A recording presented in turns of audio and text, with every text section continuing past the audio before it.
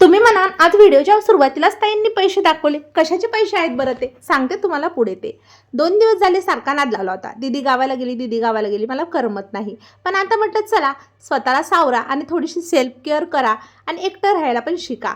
मला डोक्याला निशा मेहंदी लावून घ्यायची होती, तर ती तर केमिकलयुक्त असतेच. तर मग मी पाणी उकळून घेतलं, त्याच्यामध्ये मेथी दाण्याचं पावडर आणि थोडं जास्वंदाच्या फुलाचं पावडर टाकलं, उकळून घेतलं आणि ते पाणी गाळून त्याच्यामध्ये अर्धा चमच चहापत्ती टाकून मी मेहंदी भिजवून घेतली. आता ही भिजवलेली मेहंदी मी अर्धा पाऊण तास तशीच ठेवली होती. त्याच्यानंतर केसांना मेहंदी लावून घेतली. घरमालकीन ताईंनी मला नाश्त्यासाठी तुरीच्या घुगऱ्या आणून दिल्या होत्या, तर म्हटलं केसाला मेहंदी लावलेली आहे, चला त्या घुगऱ्या पण आता पटकन खाऊन घ्या. काल मी बऱ्याच वेळ त्यांच्याकडे होती, तर तिथे मोमोज बनवण्याची तयारी चालू होती. म्हटलं चला थोडीशी त्या दीदीला आपण मदत करूया. आता मला मोमोजचा आकार वगैरे काही बनवणं येत नव्हतं बरं का, म्हणून आपल्या छोट्या छोट्या करंज्या असतात ज्या दिवाळीच्या, तसा मी आकार बनवला आणि छान मोमोज बनवले. जे मोमोज आकाराला कसेही असू द्या बरं का, पण चवीला भारीच झाले होते. हॉटेलचे मोमोज सुद्धा आमच्या मोमोज पुढे फेल होते.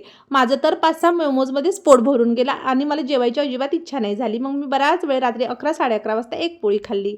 मेहंदी वगैरे लावल्याच्या नंतर सकाळी उठून चांगले केस स्वच्छ धुवून घेतले आणि थोडीशी स्वतःची सेल्फ केअर करून घेतली. छान दिसते ना साडी. ही साडी मी ऑनलाईन मिशोवरून बोलवली होती. फक्त ₹350 मला ही साडी आलेली. कापड वगैरे अगदी सॉफ्ट आहे. मला जर या साडीची लिंक पाहिजे असेल ना, तर माझ्या कमेंट बॉक्समध्ये लिंक किंवा पीपी टाईप करा. तुम्हाला नक्कीच या साडीची लिंक भेटून जाईल. आता सांगते तुम्हाला ते पैसे कशाचे आहेत. मी महिनाभर स्वयंपाकाच्या कामाला गेली होती ना, त्या कामाचे हे मला मिळालेले पैसे आहेत.